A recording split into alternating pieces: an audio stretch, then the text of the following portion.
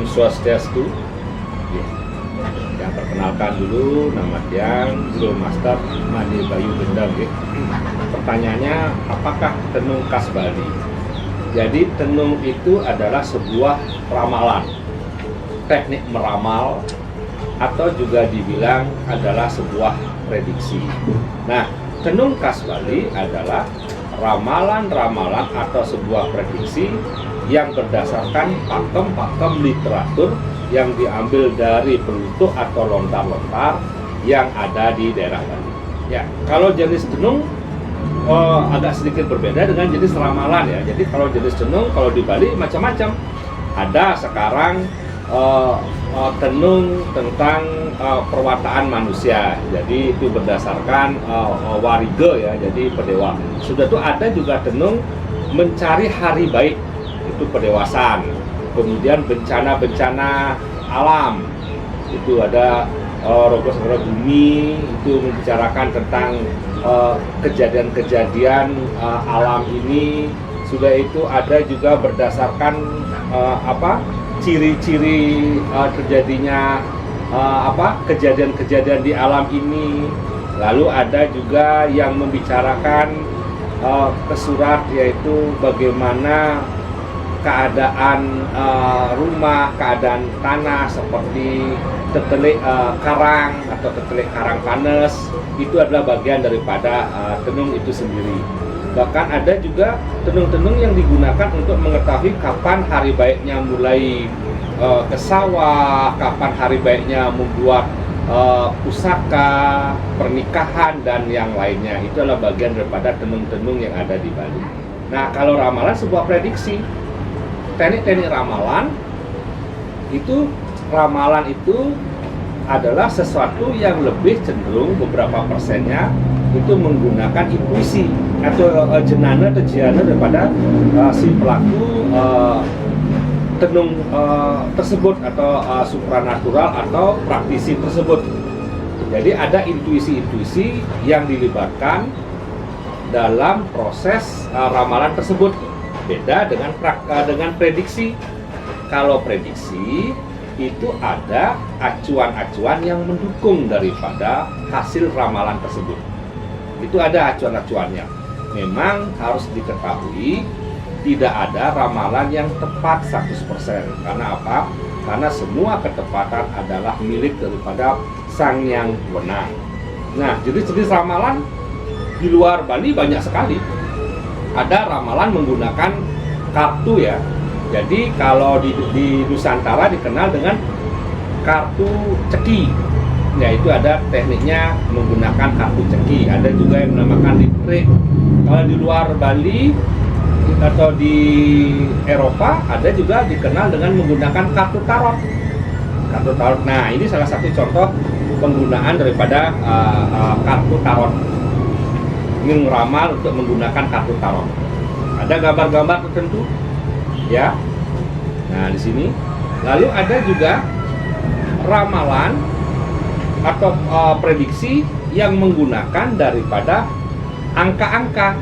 Nah, jadi menggunakan angka-angka ini namanya tenung atau prediksi numerologi. Lalu menggunakan sifat-sifat daripada wayang-wayang ini didukung daripada angka-angka ini. Ini namanya teknik namanya numerologi atau angka. Lalu ada juga dengan menggunakan media kristal. Nah, ini biasanya lebih cenderung sang praktisi menggunakan daripada intuisi, kemampuan daripada indera keenamnya atau the sixth sense. Ya, ini biasanya menggunakan kemampuan untuk itu. Karena apa? Karena kekuatan intuisi daripada praktisi itu bisa mengetahui bagaimana perjalanan seseorang ke depan melalui kristal ini.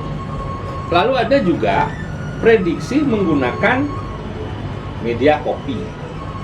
Nah, ini juga ada.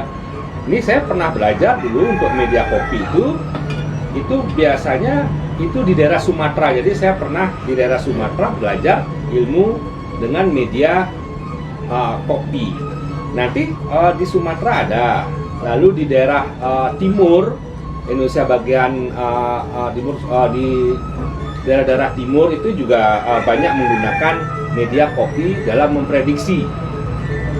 Di luar negeri ada, di Turki. Nah, bedanya bagaimana? Ini biasanya kopinya ini dituang, ya. Kalau di Nusantara, ketika kopi ini dibalik, jadi gini, praktisi akan meminta daripada kliennya untuk meminum 3 kali, biasanya hitungan ganjil. 3 kali, setelah itu baru dibalik. Nah, baliknya itu di sini akan memunculkan gurat-gurat. Nah, gurat inilah yang dibaca untuk mengetahui bagaimana prediksi seseorang.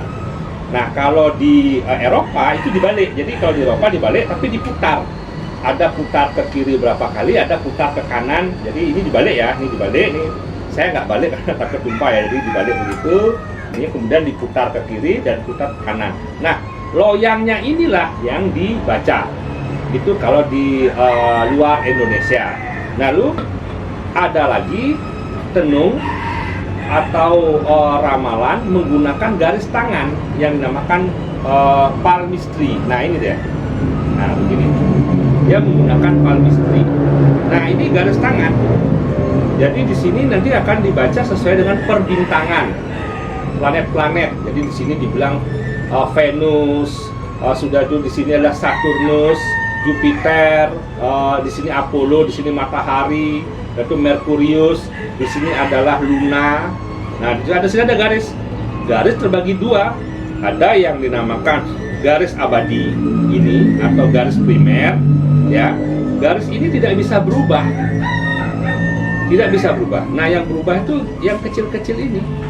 Ini namanya garis semu. Itu biasanya menebal dan menipis. Ada namanya garis takdir, garis kehidupan, garis hati, garis kepala, dan lain sebagainya. Nah, kalau di tenung balik, ini dinamakan, ini namanya akase, ini namanya bayu, ini namanya pertiwi. Nah, penamanya seperti itu, ini namanya chandra. Nah, garis-garis ini pun bisa memprediksi seseorang di masa lalunya maupun masa yang kedepannya. Itu bisa dilihat dari bagaimana karakter pernikahannya atau yang lainnya. Nah, kalau saya sekarang memperkenalkan adalah tenung atau prediksi yang sangat unik, yaitu dengan menggunakan daripada daun base ini. Ini daun sirih. Daun sirih. Nah, daun sirih ini adalah untuk memprediksi bagaimana seseorang itu masa depannya. Nah, yang mendukung daripada ini tetap saya menggunakan acuan daripada warige, jadi Saptawara, Pancawara, Triwara, dan lain sebagainya. Saya gunakan untuk acuan membaca dengan menggunakan daun sirih ini.